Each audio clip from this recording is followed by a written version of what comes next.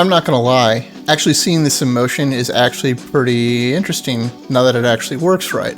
But it took me way longer than I want to admit to get this Magneticraft stuff working because it is so horribly poorly documented. Hello everybody, I'm Martin. Welcome to another episode of Glacial Awakening. And as you can see, promise fulfilled, I did clean up the room finally. Retiled the floor a little bit, still didn't get the walls, definitely don't have lighting, but at least the machines are down here. And I really have to ask, how bad am I at this? Every single time I think I make a room big enough to do like large scale development stuff in, it just immediately kicks my teeth in because just the couple machines I've made already take up this corner right here. But we should probably discuss those real fast while we're doing this because I discovered a few things. One, the sieve right here, it ejects on the bottom. I don't know why it ejects on the bottom, but it does. It comes out of those three spouts as across the bottom here in a way that makes absolutely no sense. So I had to raise this up off the ground and make it look junky, or I'd have to have put the conveyor belts down under it. And then it requires an inserter to pull them off the conveyor belt and put it into a chest. It also requires an inserter to pull the ores off of the belt behind it to feed it into it. And I would not have guessed that this worked. But inside the inserter, you can see that I have a blacklist of 3 items that I don't want to come in here because I don't want it to cook any of these items, as well as an inserter speed upgrade. This is absolutely critical. Without this, it can't keep up with the grinder. But this is all working now, and this takes us out of the Magneticraft era. Although, coming back here, you can see I did start on the thermopile wall here. We're going to see if this is enough or not, because today, well, I looked ahead in the quest book. And let's just say chapter 4 is super problematic in ways I was not expecting, because I thought we were going to be able to jump straight into RF power and actually jumpstart and get it going, but there's some complications. So to even get to power, we have to go down to the Immersive Engineering power blocks down here. Other generators are completely off the table right now. But to make this kinetic dynamo right here, which looks really simple, you go into the copper coil block, and the copper coil block is not the standard recipe at all. It requires plant oil from inside an engineer's workshop custom table with tools, and a whole lot more wire than normal. I'm starting to feel like I'm back in Enigmatica again. But to even get to that point, we need to be able to produce the plant oil, and that's one of the earlier steps too, because we need to create the squeezer multi-block.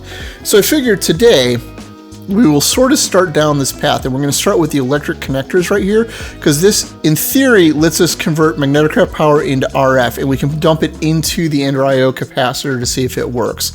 And to make this, we need 2 electric connectors, which, easy so far, and some copper coil, which is also easy. All right, so made everything real quick, drop the capacitor on, let's see if I can figure out how this hot mess works. It's probably really similar to Immersive Engineering, though. Let's see.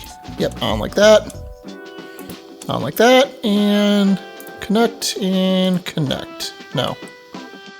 Connect and connect. Aha. Shift right click is the answer. And then right click. There we go. And we have power coming in, although not a ton of it, it looks like. Looks like it's roughly about 256-ish, which I guess isn't terrible, but it's not great. But this kind of brings us to the other problem that we were going to have to tackle, and that's that we don't have power cables. We could connect any machine we want via these cables in a similar sort of way. That seems clunky and pointless. We're not too far off from power conduits, honestly, but we don't have any means to do it. So we're going to have to plug things directly into this power cell for now, I think. Which is fine, because one of the things we're going to go do is detour to go get the power cables as fast as we can. And that requires starting with the Manufactory and the alloy furnace from Nuclearcraft. And shockingly, these are not horrifying to make at all. This just requires lead ingots, a simple machine chassis, which we made last time, which as a reminder is just a bunch of steel, as well as a capacitor. And then what's new is the copper solenoid, which is just copper and iron. So the Manufactory seems absolutely reasonable to make, and we'll have to see how bad the power usage on it is, but we're not going to have any upgrades in it, and this isn't Enigmatica, so it should actually be reasonable. All right, so that's the Manufacturing made, and there's a good reason they want you to make this in this pack, because it can do all the normal things the Manufactory can do. It's just the all-purpose tool for breaking things down in Nuclearcraft. It can also turn rotten flesh into leather, not that we really need that. But the important ones come in the back of the recipe book here. What it can actually do is turn these chunks from Magneticraft and triple them instead of doubling them. We just jumped straight to ore tripling, folks. Although none of it's automated yet, but this at least gets us to the point where we can do that. But let's see how much the power consumption on this is, especially with no upgrades in it. Oh, it looks like it's only pulling 20 off a tick, which is nothing. So we're at positive gains off of this. This also did slow down to like 200 a tick when it was filling up towards the end there. I don't know why it slowed down, but that actually seems extremely reasonable. We could add upgrades. And let's see what the upgrades actually cost in this pack. Looks like it's more or less the same thing that it was over in Enigmatica. So it's, although we need to be able to make obsidian dust, which we can do it in the Manufactory. So we could go make upgrades if we want to speed this up, but let's move on though. Because the next thing we want to make is the alloy furnace.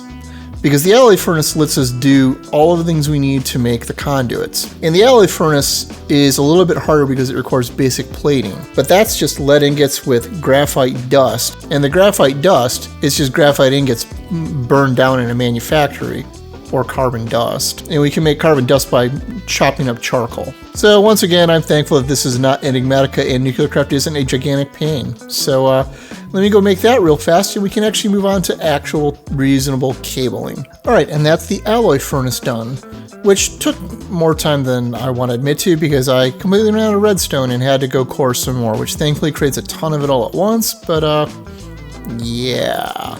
There's also the problem where the Manufactory is far, far slower than I had anticipated, and this took a while to process all the graphite dust. I'm making some extras just so I have more, and then we'll go back to processing other stuff. But we want the alloy furnace because now we can actually make the conduits. And to make the conduits, you always have to start with one thing. The conduit binder. And the conduit binder is made of the composite, which is just graphite, clay, and sand. Clay we've got a bunch of from straining, and we could get some more pretty easily. Gravel and sand are another issue though, but thankfully it's an issue I already solved because I was already crushing down cobblestone in the grinder to make sand and gravel. That said, if you look down here though, I've been tossing the sand into the sieve because the sieve has a chance of finding gold or nether quartz inside sand at a really low rate, but the sand coming from the grinder, it pretty much is a half chance on any block of cobblestone, and it always creates a block of gravel. And we can always bake the gravel back into cobblestone and repeat that infinitely based off of fuel or power. And sand will stop being a problem as soon as I added back to the filter on this. I probably should go do that. But as you can see, we've already found a couple pieces of the nether quartz and we're getting some gold coming in, so I may not need to core too much more to this.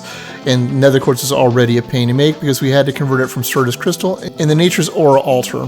And there we go, properly filtered again. We'll not be doing sand anymore. All right, and I've got enough conduit binder to get us started now with some more cooking in my furnaces upstairs, and we probably should talk about what we need to do with the alloy furnace. Because obviously the next steps are these three types of conduits, so let's start with the energy conduit since that's the one that's most important to me right now. And these always require 6 conduit binders and then an Ender IO alloy of some progressively more complicated stuff. In this case, the conductive iron ingot can be done in the alloy furnace and it's just iron and redstone. That's simple enough.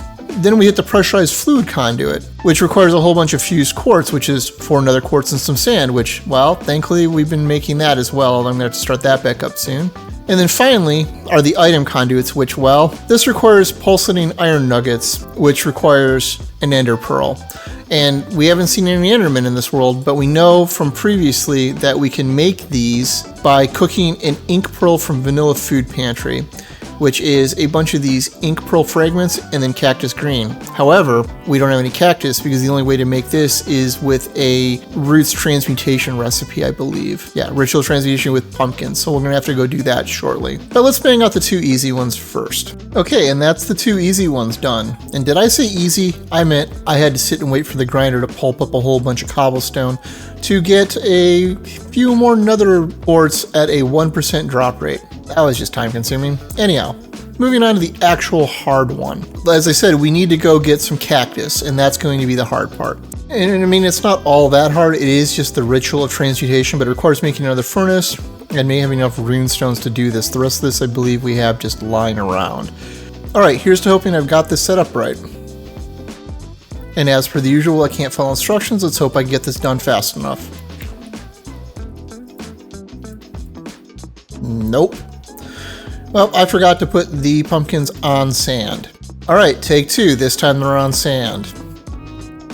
There we go, that's what I was hoping for. Alright, and now that's the hard part done, and now we have actual pipes and power cables and tubes for everything. And now we can come into this and get another extra 16 of each from the rewards here. So I think the last thing we're going to do today is make the squeezer from Immersive Engineering, which is an awful lot of blocks, and hopefully we can manage this. Because we need a bunch of steel and redstone engineering blocks and light engineering blocks. The rest of that looks like it's probably reasonable. But let's go find out if we have anywhere near enough steel or if this is just a lost cause.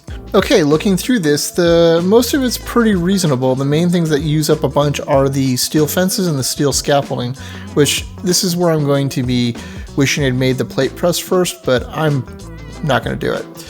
But I need steel rods, which require 2 ingots to make 4, whereas it would be 1 per 2. I'm an idiot. This is the same cost and doesn't require power.